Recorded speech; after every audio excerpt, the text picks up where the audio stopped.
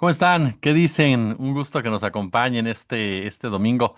Oigan, en el canal alterno, bueno, en el canal madre del análisis, le decimos canal de análisis, está el estreno de Fernando Rivera Calderón. Espero que ya lo hayan visto, el Molcajete Cósmico. Excelente, Fernando, como siempre. Amén de una gran cápsula de Ana María Vázquez, los narrativos, por supuesto. Está también César Pineda, el doctor César Pineda, siempre con explicaciones magistrales. Y sin duda, una de las grandes analistas, Asia Alejandre. Ahí están en el canal ya arriba para que ustedes los busquen. Ahí tienen, ya sabe, al molcajete cósmico, armas de destrucción masiva, descifrando la política, narrativas, memorias. En fin, ahí tiene usted ya todo esto. Y aquí en el canal, pues ya vieron ustedes a Pechucho, ya se desquitó Pechucho de todo mundo. Y bueno, por supuesto, el expiatorio con Ricky Valderas y Dolo Delgado. Y aquí nos toca a nosotros, bueno, un comentario. Más adelante le digo lo que ya hay, también lo que se va a estrenar durante el día en el canal de análisis. Pero hoy aquí nos toca la opinión. Y en este marco quiero tocar dos temas, tres que realmente se enlazan todos. Esa es la verdad de las cosas. En la actualidad, mucha de la geopolítica está enlazada, esa es la verdad, si no es que toda, ¿no? Eh, Obviamente las reacciones que ha habido de Europa ante el tema de Groenlandia, que ya están empezando a repercutir, veremos qué tan serias son y veremos qué tanto se animan los europeos. Yo creo que al final van a bajar la cabeza, les soy honesto, pero ya como se ha movido también Rusia en ese escenario, está el caso de esta casa de apuestas, ¿no? Que está apostando, abrió una apuesta para ver si cae o no cae Claudia Sheinbaum ante presiones de Estados Unidos. ¿Y quién cree usted que fue el que lo el que lo promovió, el que le dio juego en sus espacios? Loret de Mola, increíble, ¿no? Fíjese que Luis Guillermo Hernández en su cuenta de X lanzó una pregunta: ¿quién es peor? ¿Quién dice más mentiras? ¿No? Loret, Riva Palacio, Simón Levy, en fin, qué cantidad de cosas dicen, qué cantidad de mentiras arman. Ahorita lo platicamos también. Pero son esos temas que sin duda alguna van de la mano. Y bueno, el tema de la seguridad también, que se ha dado a conocer algunas detenciones que vamos a consignarlas aquí en este espacio. Pero a ver, comencemos.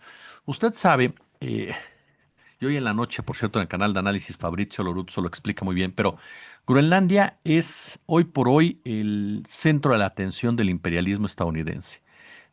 Bueno, le voy a quitar el estadounidense porque para mí es un imperialismo supremacista en toda la extensión de la palabra. Son los nazis para mí los que gobiernan esa corporación armada que es Estados Unidos. Y en ese sentido van por Alaska, con una justificación que no tiene nada que ver.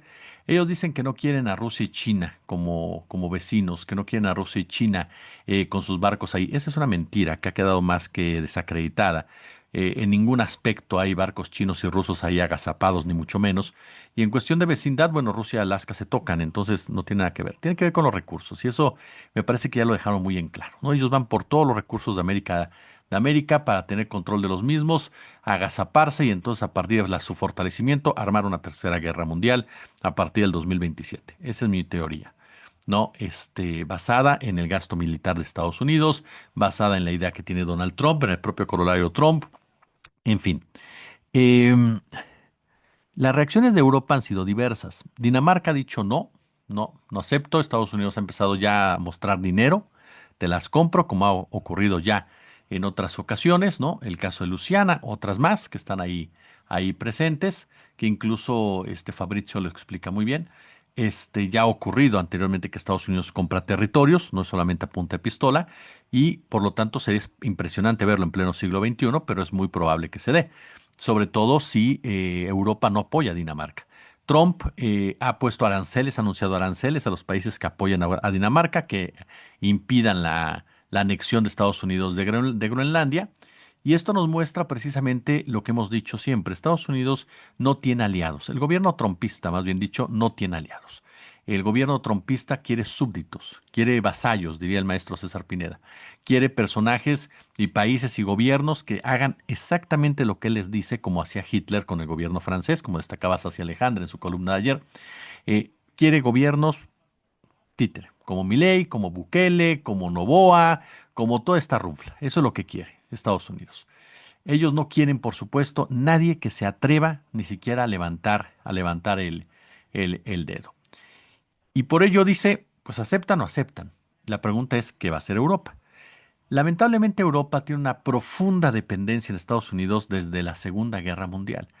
Jamás desarrollaron infraestructura, políticas industriales, medidas en materia de seguridad que les permitieran precisamente tener una autonomía como tal. Caso contrario, cada vez fueron profundizando más y más y más su dependencia en los Estados Unidos hasta llegar al punto en el que están hoy, en donde incluso Estados Unidos literal los obligó durante el régimen de Joe Biden a romper con China y a romper con Rusia. Es cierto que esas rupturas no son eternas y que se pueden ir subsanando. Incluso Vladimir Putin ha dado muestras de que está dispuesto a rehacer la relación comercial y política con la Unión Europea. Incluso China siempre ha estado abierta a estos países y se ha ofrecido abiertamente también, si no ofrecido, sí ha estado dispuesta también a llegar a diversos acuerdos.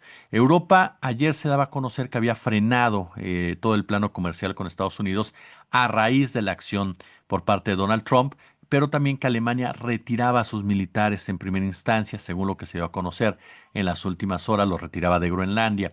En fin, a mí me queda claro que Europa, si quiere realmente ser un eje rector en esta discusión, tiene que independizarse de Estados Unidos, tiene que tomar decisiones que vayan en contra de las políticas de Estados Unidos. ¿Por qué? Porque Estados Unidos va a ir por ellos también, porque el régimen supremacista va a ir por ellos, ya lo está demostrando. Hoy te quito Groenlandia, mañana te puedo quitar Polonia, ¿m? Mañana te puedo quitar Ucrania, me la reparto con Putin y no me importa lo que tú digas, ¿no? Así de sencillo. Pasado puedo invertir para que haya en Alemania un régimen más neonazi, no solamente de BlackRock. Puedo buscar tumbar a Macron, ¿por qué no? O sea, si a Macron y lo respeto. Entonces, Europa hoy por hoy es el patio trasero de Estados Unidos. Europa hoy por hoy está totalmente, insisto, controlada por Trump. Basta recordar esa fotografía en donde Trump está enfrente de ellos con actitud alfa y todos los demás con cabello, cabeza así. La pregunta es si se mantendrán así los europeos. Tristemente yo creo que sí. Yo creo que no hay un liderazgo europeo para retar realmente a Trump. Veremos, espero equivocarme. ¿Por qué digo espero equivocarme? Porque eh, me queda claro que el mundo tiene que unirse ante Trump. Trump, lo digo, no es Trump. Trump es el rostro de un sistema putrefacto que se ha venido degradando cada día más, de un imperialismo nacionista que se insertó en Estados Unidos desde la época de Hitler, que sobrevivió ahí, que operó ahí, que se desarrolló ahí, que se empoderó ahí y que hoy tiene al mundo en jaque. Si no es Trump, será J.D. Vance. Y si no es J.D. Vance, volverán a buscar regresar de alguna forma. Son como eso. Ya vio usted la película de eso, ¿no? De Pennywise. Cada 27 años regresan. Bueno, aquí se tardaron y se tardaron públicamente porque ya habían regresado, ¿no? Después de la Segunda Guerra Mundial. O sea, cada cierto tiempo los vamos a tener de regreso. Y la única forma de controlarlos es poniendo los pilares como Pennywise, ajá, que es Europa, que es Rusia, China y América Latina. Sí, es la única forma, incluso África, todos ellos. Es decir, el mundo tiene que enfrentarlos. Y no se trata de lanzar bombas nucleares. Se trata de demostrarles que no pueden hacer todo lo que quieren hacer. Se trata de independizarse de ellos, se trata de ir creando poco a poco políticas industriales que te permitan emanciparte en la toma de tus decisiones. Una guerra nuclear no deja al mundo, se acabó, nadie va a sobrevivir aunque haya gente que crea que sí lo va a hacer. A lo mejor sí, pero en un mundo totalmente inhabitable. Entonces la realidad es que la única forma que tienes de detenerlos es aislándolos, es dejándoles claro que no vas a aceptar sus acciones, que no vas a aceptar sus órdenes y que vas a respaldar incluso a los países que sean víctimas de sus abusos. Así funciona. Ajá. Si los siguen dejando avanzar, Estados Unidos va a gastar, el gobierno de Trump va a gastar billones en su defensa. No lo hace para espantar a la gente. Ya quedó claro que Trump se muerde. Entonces, en ese sentido, lo hace para armarse y retar a China y a Rusia en una hegemonía mundial, cueste lo que cueste. Ajá. Lo que vemos en Trump no es de un imperio que acepta su decadencia, un imperio que acepta que está cayendo y entonces para más o menos sobrevivir tengo que hacer esto. No, no, no. Lo que estamos viendo es una, diría mi abuelo, ¿no? Mi abuelo paterno que era militar y que alguna vez mi padre me dijo que decía, hay que pertrecharse y saber cuándo romperles la madre. Así es una frase. Y me parece que eso es lo que está haciendo Trump con el mundo.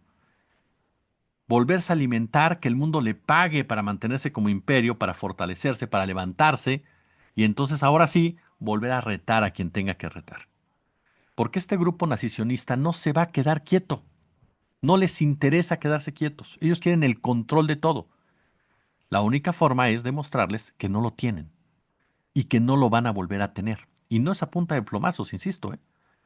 Es a punta de las propias reglas que ellos instauraron y que no porque Trump hable de acabar con el libre comercio es lo que el mundo entero tiene que acatar. Una de las decisiones más importantes ya las tomó Canadá. Yo quiero ver en las próximas horas qué tanto es con el permiso de Trump y qué tanto no. Hay quien dice que no, hay quien dice que sí. Pero lo cierto es que Mike Carney, el primer ministro de Canadá, ya llegó a acuerdos con China. Le valió para dos cosas lo que Estados Unidos le dijo. Trump, y es ahí donde viene mi sospecha si no dio permiso, cuando dice en una conferencia, bueno, si tienes un acuerdo con China, puedes tomarlo. ¿Cuál es la diferencia? El racismo. Aunque usted no lo crea, el racismo juega. A Canadá le da ciertas libertades porque son blancos, porque son similares a ellos físicamente. A Latinoamérica no. Latinoamérica tiene que ser sometida porque son ciudadanos de segunda que a nosotros nos deben de obedecer. ¿Me entiende? Eso también juega. Eso también juega en todo este escenario. Veremos cuál es la reacción. Hasta el momento yo no he visto ninguna reacción fuerte de Trump como se hubiera esperado. Puede ser como mucha gente me dice, es que está demostrando que es un tigre de papel. No lo sé. Supongamos que sí. Esto, si Trump no dio permiso, es un antecedente para muchos países de acercarse con China y que truene lo que tenga que tronar, porque no te va a hacer nada. Ajá. Y no creo que el interés nacionalista acepte eso. Pero vamos a ver. Por eso yo creo que en cierta forma hay un acuerdo con Estados Unidos para que lleguen a ese acuerdo China y Canadá y Estados Unidos también de una forma u otra pueda salir ganando con ello. Me parece. E incluso un acuerdo con China de yo te voy regulando con quién sí, con quién no, para que no te pases de vivo. Ajá. ¿Por qué? Porque seamos honestos, China creció una monstruosidad, como diría Fabrizio, creció una monstruosidad ante las narices del mundo, aprovechando el libre comercio, y esto no lo dijo César Pinal lo comentó.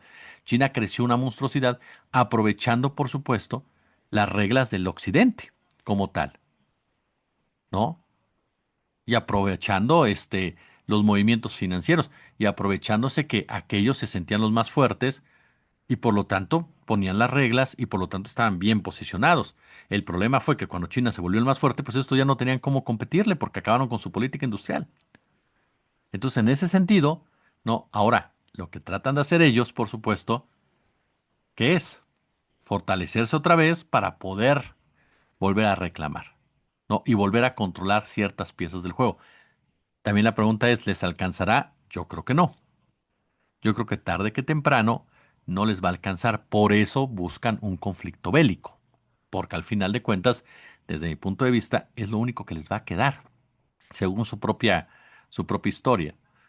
Entonces, me parece que por ahí tendríamos que ver, y creo que este acuerdo de Canadá, Estados Unidos, Canadá-China es un acuerdo que va a marcar mucho el derrotero de cómo se está desarrollando las relaciones ya de América, lo que es América, ¿no? Bajo el control de Estados Unidos y lo que es lo que es la relación con China del continente.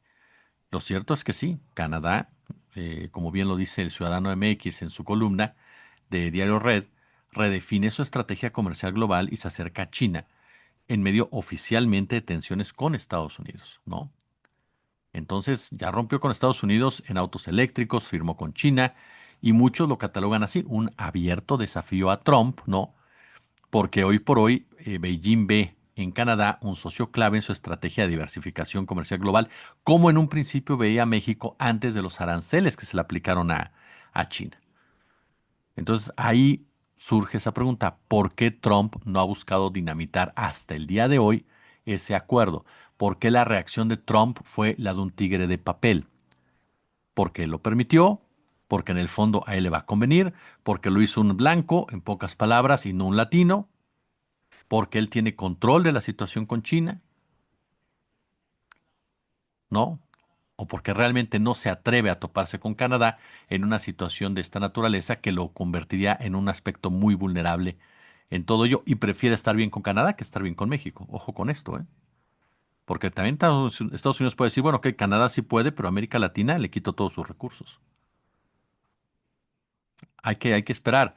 Lo cierto es que Europa también, por su parte, ¿no? Europa, pues ya reaccionó de cierta manera en este tema sobre la Unión Americana Y lo que ha dicho Europa en ese sentido es que condena las amenazas arancelarias de Trump. Aquí lo hemos platicado con muchos analistas, usted lo sabe, Juan Carlos Monedero, iba a decir Escobedo, que fue mi jefe ahí en Radio Centro, no, Juan Carlos Monedero, uno de ellos, el propio Elvin Calcaño, Lautaro Rivara, varios lo han dicho, llegó el momento en que ya no se trate solamente de condenar, sino que se trate de actuar, no, y ya no sea solamente condenamos lo que Trump dice, no, actuamos en contra de lo que Trump nos está diciendo. Eso es determinante. Ahora, una de las cosas que ha hecho Trump en América Latina, y esto lo decía de manera magistral ayer el doctor César Pineda, es el vasallaje, ¿no? Es decir, América Latina tiene que pedirme permiso a mí. América Latina tiene que, ajá, entender que yo soy el gran jefe, que yo soy el gran cacique de todo esto. Punto y aparte. Y el que no esté de acuerdo, se va. Delcy Rodríguez hoy por hoy está siendo extorsionada en tiempo real. Hoy por hoy Delcy Rodríguez tiene una pistola aquí que le está obligando a tomar decisiones y el mundo entero se está dando cuenta de esa extorsión. Ajá. Entonces, así va a ser con todos, incluyendo México. En la semana, Julio Astillero hizo una muy buena entrevista a este señor Neder, Peña Neder, que es uno de los creadores del Partido México Republicano, que es un partido afín totalmente a Trump y que es el verdadero partido de ultraderecha en México, el partido fascista en México. Que va a tratar, acuérdese de mí, de unirse con el PAN, que el PAN tiene raíces fascistas, es un partido de orígenes nazi, el PAN. Entonces es normal que lleguen esos acuerdos. Este señor decía, ajá, Ralph Peña Neder, ¿no? Me parece que es el nombre de este hombre. Él decía que si hubiera un secuestro, bueno, él le llama sustracción. Un secuestro de la doctora Sheinbaum, pues Marcelo Ebrard sería perfecto. Vea usted el discurso para generar fracturas en la 4T. Empezará a señalar a Ebrard de traidor, como empezaron con Delcy Rodríguez, porque así empezaron. ¿Se acuerda? Empezaron a filtrar información que Delcy no estaba con Maduro, que Delcy estaba haciendo tratos con la DEA, y al final secuestran a Maduro, y entonces agarran a Delcy, la ponen a ella, y resulta que es su amiga, y todo el mundo dice, es que lo está traicionando. No, no es que los traiciones que te tienen la pistola aquí. Quiero pensar eso, puedo estar equivocado y puede ser que sea una traidora, una traidora. Hasta el momento, lo que a mí me han dicho analistas que están muy cerca de todo ese conflicto es que no es una traición, es una extorsión literalmente. Y en México están preparando el terreno para ello, están preparando el discurso, están preparando hasta el hombre que consideran puede ser el ancla entre la derecha, la izquierda y la milicia. Ajá. Así de sencillo, que es Marcelo Ebrard Casaubon, que además aspiró a ser candidato a la presidencia de la República y siempre ha quedado la silla del águila. Yo no sé si Ebrard sería capaz de traicionar así a Sheinbaum. No lo he analizado, no lo he aterrizado. Para mí Ebrard tiene una cualidad que le demostró hace poco, que es la lealtad, pero sobre todo la lealtad a López Obrador. No sé qué tan leal sea Claudia Sheinbaum. A López Obrador le era sumamente leal, a tal grado que se estuvo quieto cuando López Obrador le mandaba los mensajes desde Palacio Nacional y el acuerdo al que llegaron, ajá, para respaldar a Sheinbaum, respaldar las candidaturas y demás. Pero Ebrard se estuvo quieto por la lealtad a López Obrador. A mí en una charla, hace ya mucho que fuimos a Capital 21, Fabricio Mejía me lo dijo. Cuando yo le comentaba que qué tanto Ebrard se podía del partido, Fabricio me dijo, no, Ebrard es muy leal a López Obrador. Y es cierto, son amigos, ellos dos sí son amigos. Ajá. Y Ebrard sí le tiene una enorme lealtad, pero a López Obrador. Yo no sé qué tanto a Sheinbaum, y en ese marco yo no sé qué tanto influiría la figura de López Obrador, que está más activo que nunca cuando se trata de estos temas, en la percepción de Ebrard. Esa es la idea que yo tengo de Ebrard. O sea, un tipo que le es leal, ajá, a López Obrador y que por lógica uno pensaría le es leal a un movimiento. Yo no veo a Ebrard siendo un antipatriota, siendo un traidor a la patria. No creo que llegase a esos niveles. Me puedo equivocar, por supuesto, y le pido a ustedes toda su opinión. Pero así de entrada, con base a esos antecedentes que yo veo a Ebrard sí un neoliberal en muchos aspectos, un tipo ambicioso en otros, pero también un tipo como que no se atrevería a cruzar ciertas reglas. Insisto, me puedo equivocar, ¿no? Pero ya lo empezaron a dejar entrever y ya empezaron a crear esta narrativa. Y esto nos lleva a este otro punto que es lamentable, ¿no? Lamentable, fíjese. Yo no lo había comentado, soy honesto, perdóneme, porque estábamos en otra dinámica. Pero Loret de Mola dio a conocer, ¿no? Esta página Polymarket, ¿no? En donde da apuestas, en donde le están apostando a la caída de la presidenta Sheinbaum. Y Loret lo que hace es promocionar en su nota, porque insisto, entre gitanos no nos leemos la mano. Tú sabes cuando una nota es informativa, cuando una nota es propagandística, cuando una nota busca desestabilizar, cuando una nota busca denunciar. Esta nota de Carlos busca golpear y busca generar un clima de propaganda golpista. Eso es esta nota. Porque informativamente, perdón, no tiene trascendencia. Es hacerle el juego y es ayudar a construir una narrativa golpista. Tú la puedes pasar, no con esto quiero ser imperativo, sino es descriptivo. Lo cambio, tú pasas una nota de esas y la vas a cuestionar después de fondo, si la vas a desnudar de fondo, aunque no estés a favor de un gobierno. Pero cuando tú solamente la pasas y la presentas de la manera como lo hizo Carlos, sin duda alguna, y con el tono que lo hizo, ajá, disfrazado de algunas cosas de crítica, lo cierto es que estás propagando un golpismo. Y entonces ahí te preguntas, ¿cuántos periodistas, conductores, responden a esos intereses golpistas de los Estados Unidos, bueno, de una parte del gobierno de Estados Unidos? Y están creando desde hace tiempo ya ese escenario, con el pretexto de la guerra contra las drogas, con el pretexto del narcotráfico, con el pretexto, están actuando con base a lo que la DEA y la DEA y el gobierno de Estados Unidos les está indicando, la Secretaría de Estado o el Departamento de Estado. Por eso me llamó la atención el tuit de Luis Guillermo con ese, ¿quién será más mentiroso? Es cierto, cuando tú lees a Raimundo Arriba Palacio, yo desde que empecé en la carrera, yo leía a Raimundo Arriba Palacio y me pareció un tipo sumamente inteligente. Qué pena en lo que se convirtió. Hoy por hoy es un propagandista del golpismo. No es un periodista que denuncie, no es un periodista que profundice en los temas reales, inventa con sus famosas fuentes, cuenta historias que no son, que no se sustentan, que no pasan y después ya nos hacen responsables. Ya soltaron el trancazo y ya nadie se la recuerda. Pero ha habido por lo menos 10 columnas de Raimundo que no se han confirmado conforme ha pasado el tiempo. Es algo muy similar a lo que hace Simón Levy. Así se lo digo, Simón Levy, que es un ciudadano, es un empresario, no tiene la responsabilidad, digámoslo así, mediática que tiene Carlos y Raimundo, pero en el caso de Simón Levy es un hombre que también inventa cosas, las da a conocer y después cuando no pasan, ya no las toca o después acomoda la mentira a su verdad. Pero cuentan muchas historias solamente para generar un clima de desestabilización. Entonces, de eso se trata aquí, de denunciar este tipo de actos y darnos cuenta hasta dónde está avanzando el discurso golpista en los medios. Y que por eso yo se los he dicho, eh, retomando el asunto de la señora Sabina Berman y el señor Eduardo Verástegui, yo soy de la idea y siempre he sido partidario de discutir con la ultraderecha, evidenciar la ultraderecha, denunciarla, ajá, exhibirla en todos los sentidos. Yo soy de esa idea.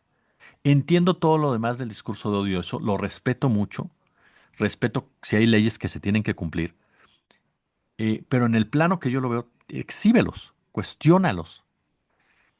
El tema es si no estás preparado o preparada para ellos, porque el problema es que muchas veces se les minimiza y son muy inteligentes.